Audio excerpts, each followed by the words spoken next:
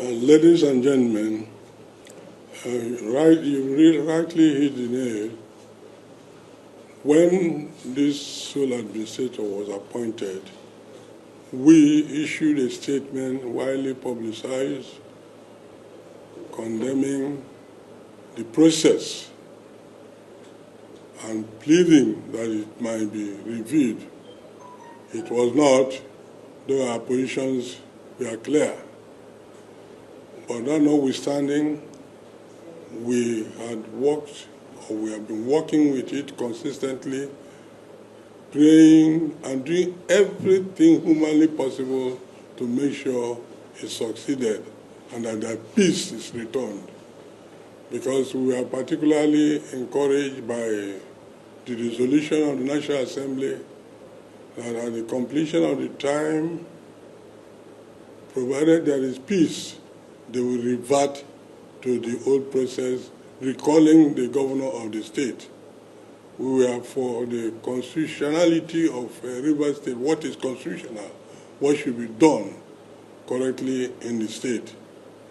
So having been assured of that, we've been working consistently until this recent bombshell.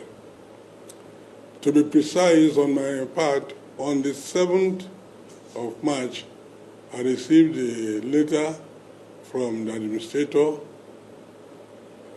generally appealing to stakeholders intending to invite us to a meeting. The letter was dated 30th October, though it was safe and delivered on the 7th at about 3 p.m. to my house. I wasn't there, but they read it over to me.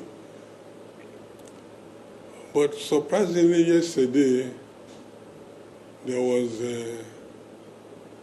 an announcement that the sole administrator has appointed or cancelled the appointment of civil service commissioners and so on, and has appointed administrators. We are wondering, the first appointment we are virtually questioned, but because it was done by the president, what powers, what rights have the sole administrator to be an executive, to start reappointing administrators at the local government level and the Civil Service Commission? So we couldn't understand the rationale behind it. But then things began to unfold. There was a High Court judgment on ruling on the 8th that the court will give 14 days period to the sole administrator because people took him to court, challenging his authority to appoint administrators at the local. River said that we've never used that statement before. We've been preaching for peace and accord. We're still preaching for peace. But for instance, I'm coming out plainly to accuse him now.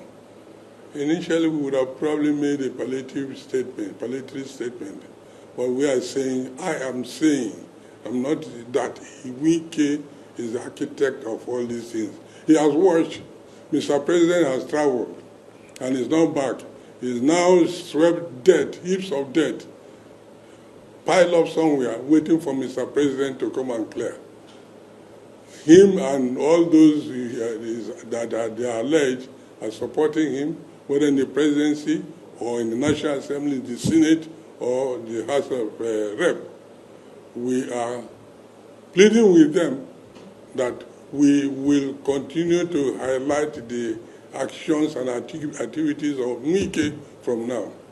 He should not continue to precipitate crisis. He knew probably the military administrator had invited some people for peaceful resolution discussions. He went in. He was reported to have been here on the 7th, Monday evening, traversing the whole place, visiting the military administrator. Then the following day, this announcement came through. So he is I'm holding him responsible for all the crises in River State. Wike is and when the time comes, probably there will be ways of dealing with it. I will remember what Nigerian leaders, a popular Nigerian leader used to say. Dr. Nnamdi Azikiwe, when he was alive, used to say that a parable in Yoruba, incidentally the parable is in Yoruba language.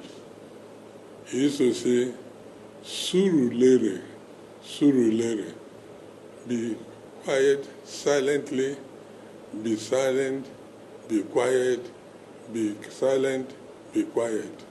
Surulere, Surulere. And I'm going to borrow the words of Dr. Nnamdi Azikiwe to say, Surulere, Surulere, to all those who are involved in our activities.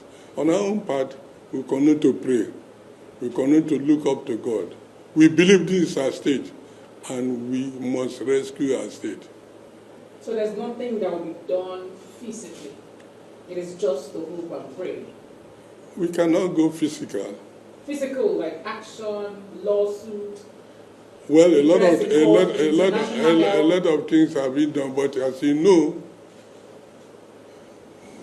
the justices, some of them, few of them, have laid their robes as on the ground as stepping stones for some politicians. Unfortunately, and that is true, some of them, few of them, have laid their robes on the ground as mounting guard of honor. When we started as a Rivers Elders and Leadership Forum, we did write when this and the problem initially started.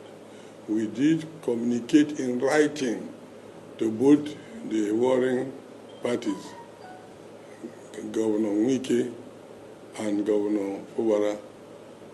We wrote to them in writing, pleading to meet with them. But unfortunately, we didn't have the cost of receiving a reply from any of them. And we still made efforts in many ways to contact some of our colleagues, but so far it has not succeeded. But we played it down, pursued other avenues quietly before the thing escalated outside the state. But we are still trying, and we hope to try. We hope to continue.